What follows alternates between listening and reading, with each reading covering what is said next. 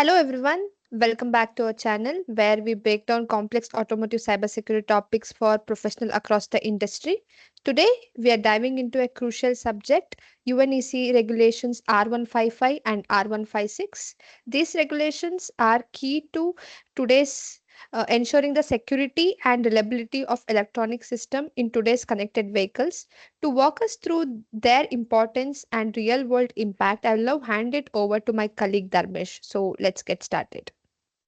Yeah, thanks Bhumika for giving the intro.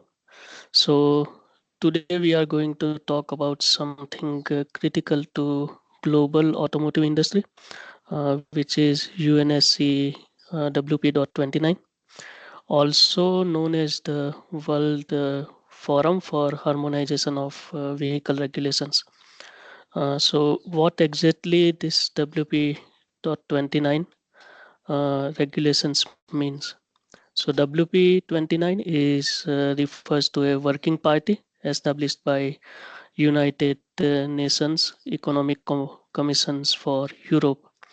So initially the plan was it was created back in 1952, and that was initially mainly for the European Union countries to harmonize the vehicle safety standards.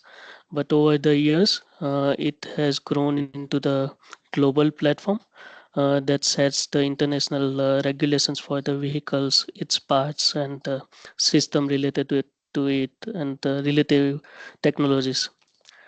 So now, why do we need this kind of standard or regulations? I would say. So the global automotive industries is massive and interconnected. So vehicles and their components are designed, built, and sold across the international borders.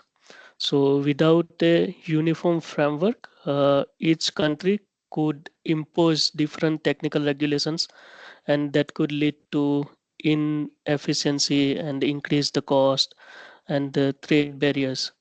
So imagine that the manufacturers uh, having to redesign the entire car or particular model just because there is a slight difference for the safety or emission regulation in let's say all 50 different countries, then it would be very difficult. It's also very costly and it's not the ideal way. So that's where this WP29 comes in. So WP29 provides the standardized system for creating harmonized vehicle regulations. So it's enable countries and manufacturer to work under the common legal framework, which improves the safety, supports the innovation, and simplify the compliance and reduces the cost. So the regulations covers areas like vehicle safety, emission, cybersecurity, automated driving system, lighting system, etc. So what is the purpose of this? So the core purpose for WP29 is, I as mentioned earlier, like creating the uniform technical prescription for the vehicle and their equipment. So which is categorized mainly using the three agreements. So we'll talk here only the one of the agreement. So the agreements are like you can see this image is from the agreement 1958 agreement. This agreement establishes the regulations for the vehicle systems and its components. So one regulation is, once this regulation is adopted by the whoever the country signed this agreement, a vehicle approved in one country is recognized by the all the parties who signed this agreement. So that is the first part. uh, Along with this, means this is the main topic for today's discussion, but along with this WP29 also have two more agreement. One for the agreement 1998, which is more focused on the global technical regulation, and the agreement 1997, which is mostly deal with the periodic technical inspection for the roadworthiness. But as I mentioned, our focus would be on to the cybersecurity, which is comes under the 1958 agreement. So in short, WP29 is not just the vehicle safety, it's about the enabling global innovation, ensuring the environment protection, and keeping vehicles safe, secure, and compliant in the uh, increasingly digital world. So here I have listed 3 points, which is comes under for this 1958 agreement. So WP29 again have regularized a few things due to the new innovations, and nowadays all the vehicles are connected. So one of the regulations is the UN R155, which is the Cybersecurity Management Systems, uh, which I have sub point here, which has the referring standard for that. So ISO SA 21434 mainly deals with this automotive cybersecurity. The second UN regulation under the WP29 is R156, which is Software Update Management System, which is referred to the standard ISO 24089. And the third regulation is the R157, which is Automated Land Keep Assistance System. So this refers to the safety standard ISO 262 and ISO 21448, which is the SOTIF standard. So mainly in today's discussion, we will look into the two regulations, UN R155 and 156. Let's look into the scope for the regulations R155. So you can see on the screen, the regulation is currently supported by the or currently supporting the four category of the vehicles. So first category M is the vehicles for the transport of the passengers, which categorized in category M, which includes the buses and cars. The next category is category N, which is the transport of the goods. So trolleys, trucks, those kind of vehicles comes under category N. The third one is the trailers, so which should at least have one electronic control unit issue inside it. Then it would be comes under the category O, and they have to follow this regulation. The last one is the ADAS system. So ADAS system also, whichever vehicle have the level 3 or higher, those will come into the category L. So these are in the scope for the regulations R155. Now let's discuss about the overview of R155. So it's the key regulation under the WP29 framework, designed to ensure the connected vehicles are protected from cyber threats throughout their operational cycle. So UNR 155 mainly focuses onto two areas. One is the Cybersecurity Management System, CSMS, and the second area is the vehicle types requirements. So the CSMS, the systems ensure that the manufacturers have processes in place to identify, assess, and respond to cybersecurity risk throughout the vehicle life cycle.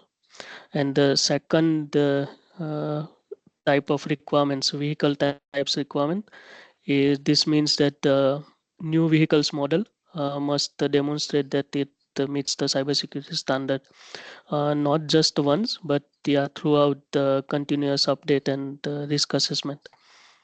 So in short, the R155 promotes the proactiveness in the uh, while designing approach or before you start the manufacturing of the vehicle or component. uh, it will you have to keep in mind that the security will be there, and from starting point itself the security needs to be taken care. So that's what this regulation ensures. So now let's discuss about the CSMS assessment. So yeah, I'll refer now CSMS, which is Cybersecurity Management System. Uh, so the regulation R155 is heavily focused on the processes rather than just the end product. So it's ensures that automotive manufacturer have robust approach to cybersecurity throughout the vehicle life cycle.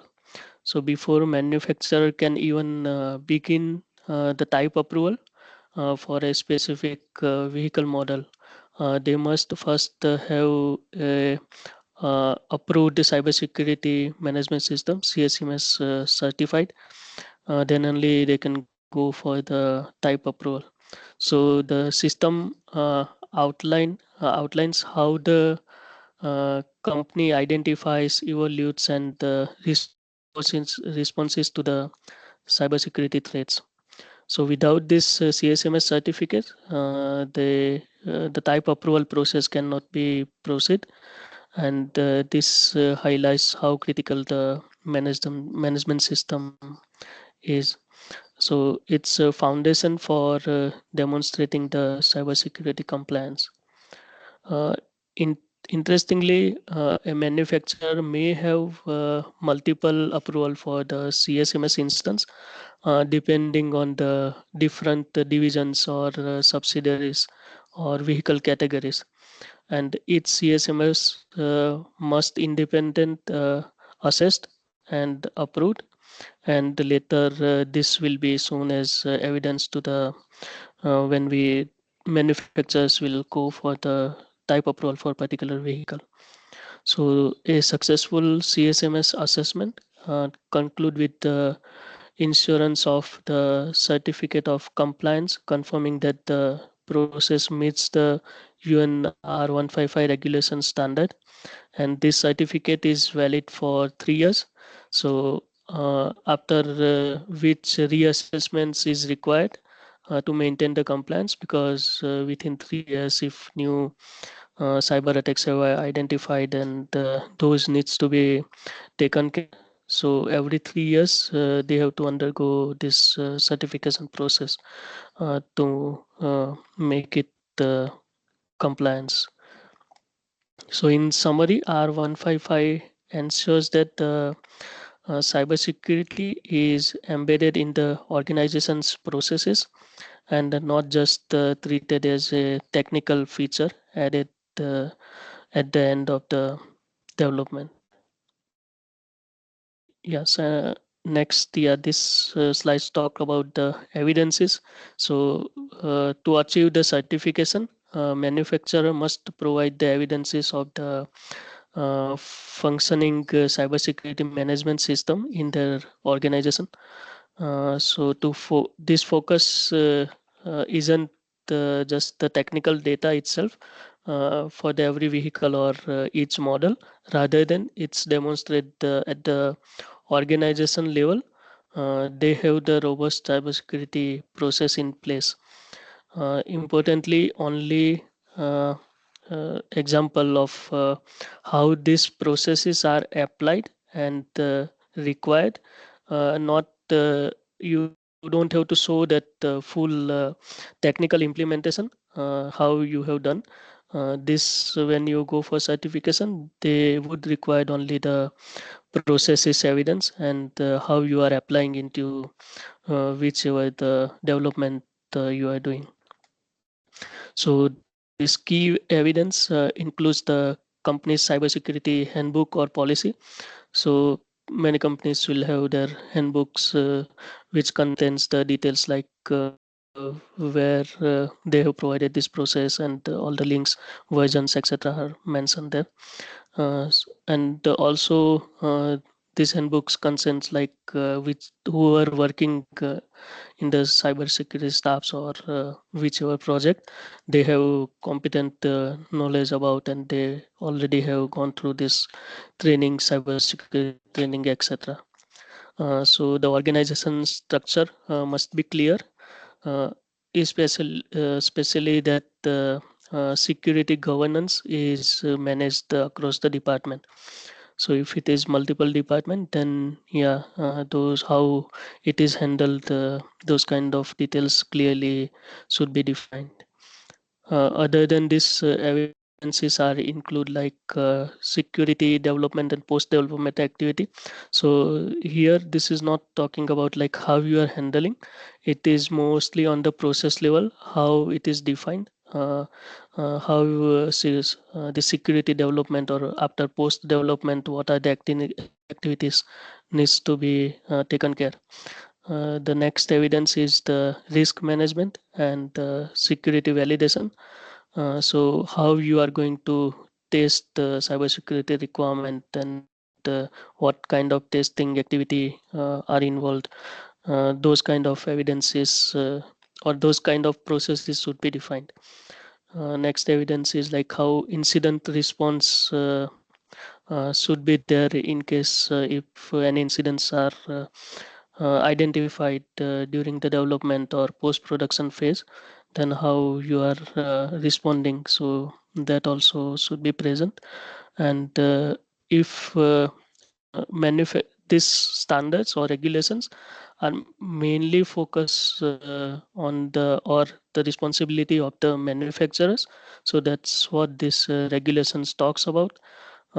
They directly don't implies for the any tier 1 or tier 2 supplier, but eventually OEMs would when they delegate to tier 1 tier 2, then this comes into picture. But legally this is bound for the manufacturer.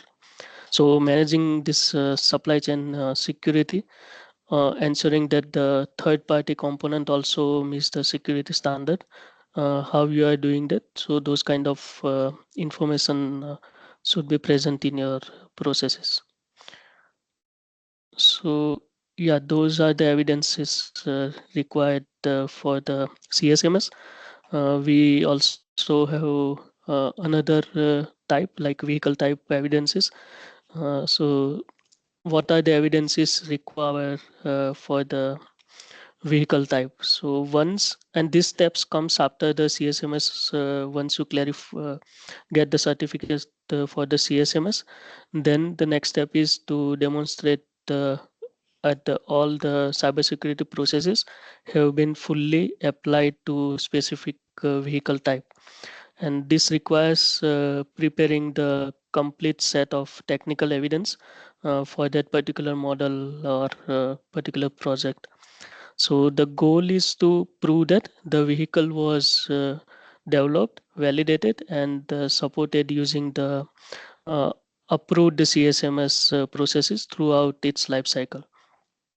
So the key evidence includes vehicle type architecture, which must be means it will contain both the details like actual architecture, and also if there is any backend infrastructure involved, then those informations also should be present. And in addition to this, comprehensive risk assessment must be provided, uh, and this is done by we perform the TARA for the ISO 21434. So if you have that, then you can directly show as evidence for this. And the OEM must also submit the complete testing and validation result, demonstrating that the cybersecurity measures were not only designed but also thoroughly verified through the simulation or pen testing or any other evaluation method is specified under the CSMS. So further, this submission must uh, include evidences for collected from the supplier, confirming that the third party component also meet the cybersecurity standards. So that's where I mentioned if OEM delegate to tier 1 or tier 2 or any supplier, then they also should have all the evidences. So finally, like OEM should provide the example of security monitoring and incident response. actions are in place, and they should show if there is any incidents happen during development or something, then they can show the example how they have executed. So this is how this approval, second approval for R155 get cleared. And yeah, so this slide shows the uh, I won't say comparison, but how the UNSC regulations refers to the associated standard. In this case, R155 is referenced with ISO SA 21434. So the UNSC standards is mainly concerned or applies to the OEM directly, so they don't state anything related to any requirement which needs to be fulfilled by the supplier. But the standards in other case it will concern about OEMs or suppliers, whoever are trying to perform as per this particular standard. And regulations talks about the list of threats and mitigations.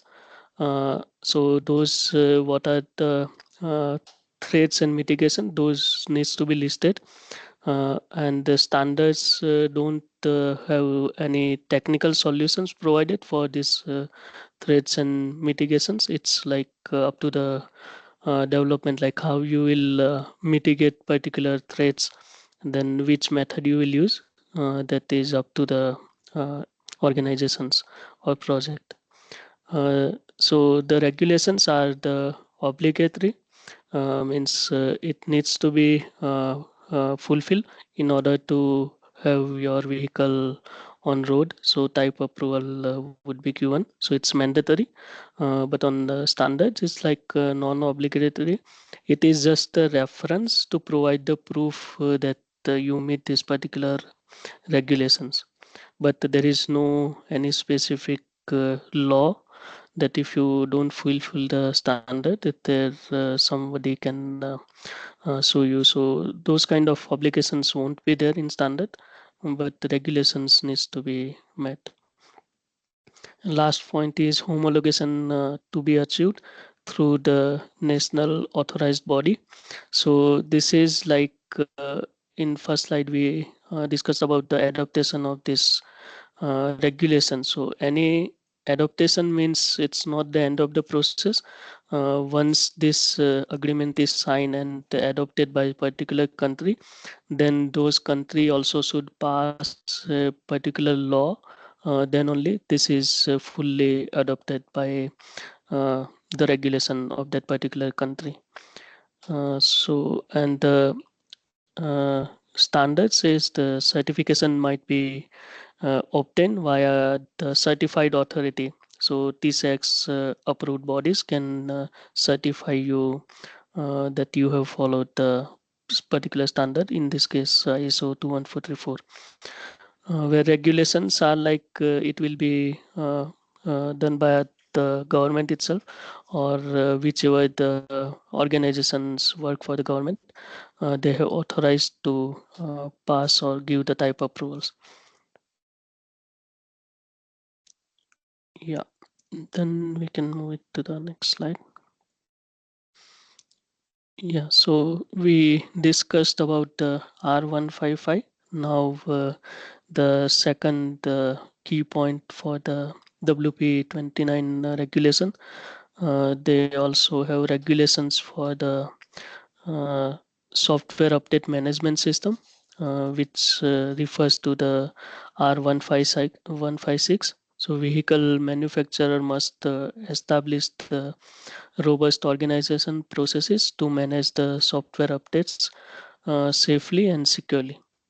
So this requirement ensures that the software changes do not compromise the vehicle safety, type approval, or any cybersecurity uh, implementation. So below are the some of the key points here. This must be implemented by the manufacturer. So here first point talks about the configuration control and version tracking. So manufacturers should have a process for configuration control related to hardware or software versions for each type of the vehicle or whichever model. They should have some version controlling mechanism. For software and hardware identification, they have specified concept like RX, SWIN concepts. So this is nothing but the R stands here the regulation. X is the placeholder, like which the regulations you're referring, R155 or R156, and SWIN is the software identification number. So this using these concepts, you can provide each software or each vehicle model unique number, and that can be easily defined by the UN regulations. Uh, there are some more requirements. Maybe you can move it to next slide. Yeah. So the third requirements states that verifying that software on the vehicle component are uh, needs to be like analyzed independently. It's basically like if you are deploying particular software to particular vehicle, then that should not be impact to any other system. Like for example, you are impacting fixing only update for the infotainment system, then that shouldn't be affect to any other like other system. And it has to be independently analysis has to be done. One more requirements talks about the target vehicle identification and compatibility verification. So identifying that which vehicle or model is requires this particular software update. So they should have some mechanism to identifying that, and also with this software will be compatible or not. So for that also they should have some process in place. Next, the requirements is talks about the impact assessment on type approval and legal compliance.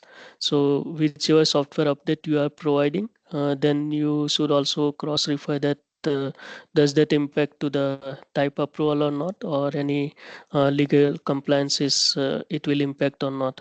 For example, complies with regional regulations like GDPR. When we talk about Europe, so they have the GDPR regulations.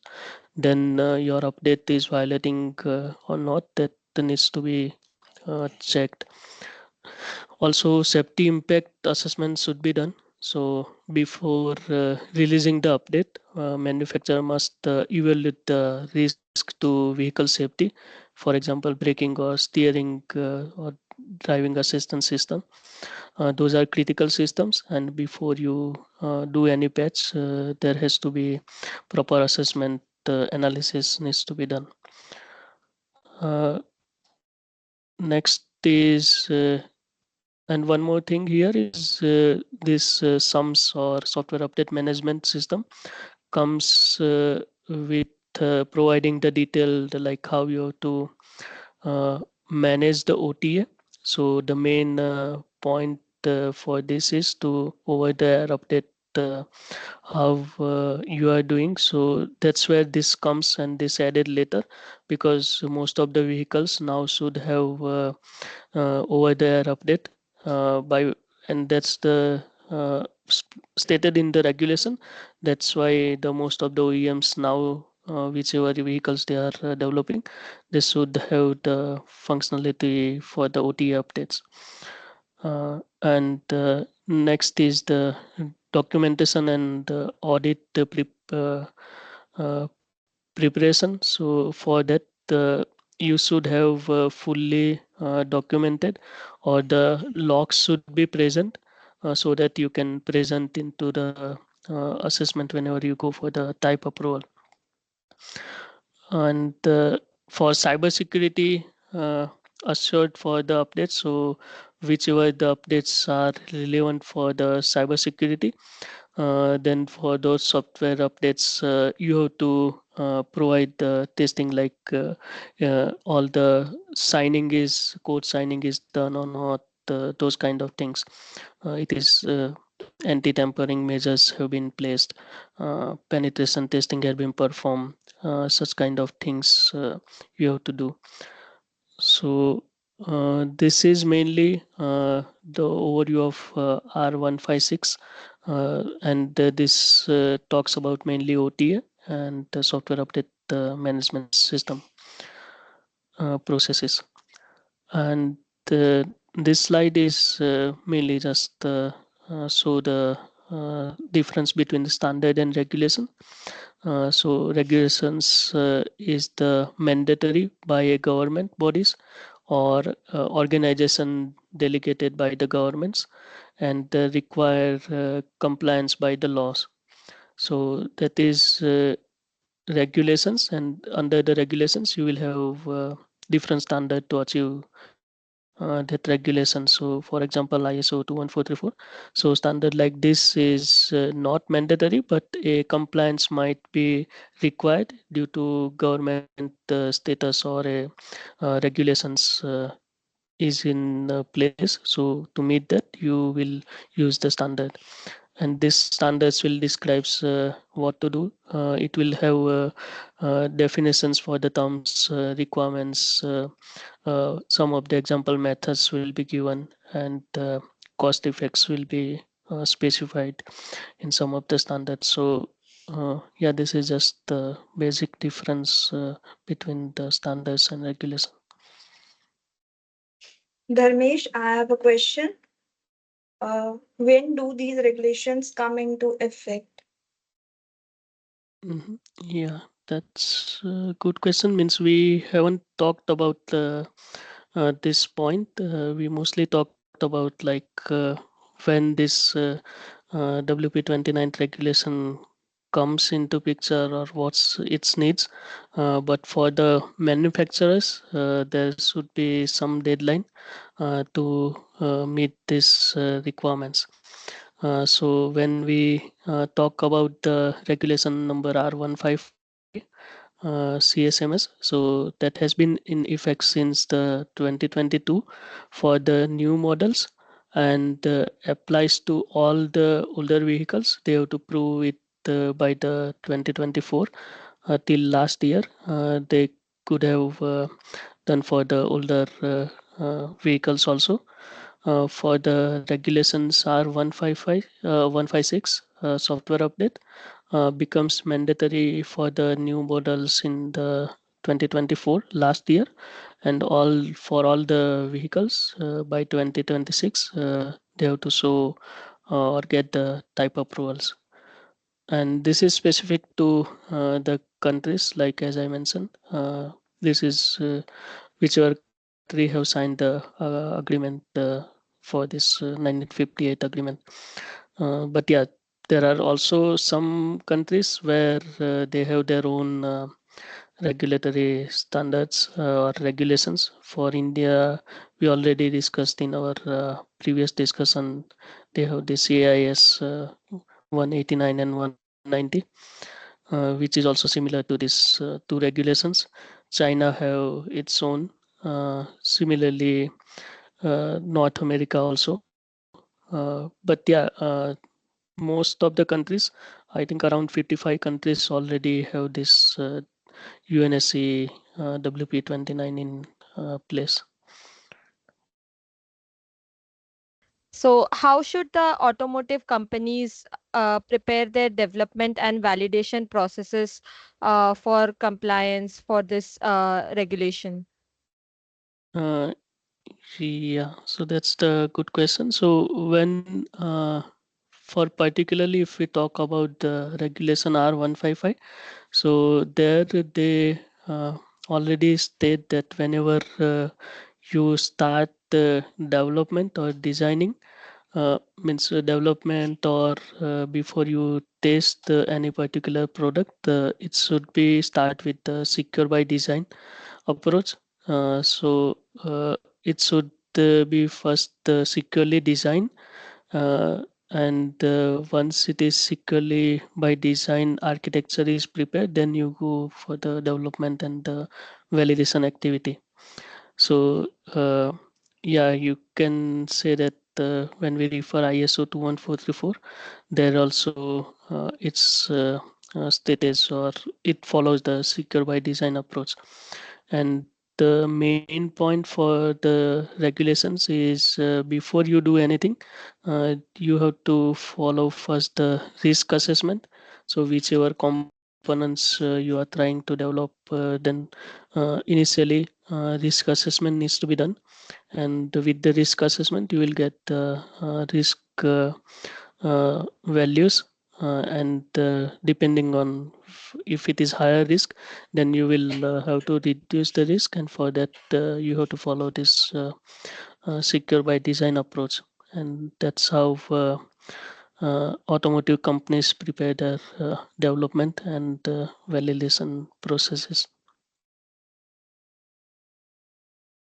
ISO standards comes into picture, like it gives the more information how the complete software should be done. Yeah, so uh, additionally, like as you mentioned in the standard, ISO 2144 described like entirely end-to-end life cycle, from starting from your design development, also how to validate what are activity you need to perform, and also after post production what you have to do. So if you follows the standard, then it is clearly defined, and while writing the process, also the standards and regulations are referred, and using that only the processes are defined in the organization. Thanks for watching. We hope this gave you a clear understanding of UNEC R155 and R156 and why they are critical in the evolving world of automotive cybersecurity. If you found this video helpful, make sure to like, share, and subscribe for more insights on vehicle safety, regulatory compliance, and cybersecurity. Have questions or suggestions for future topics? Drop them in the comments. We would love to hear from you. See you in the next video.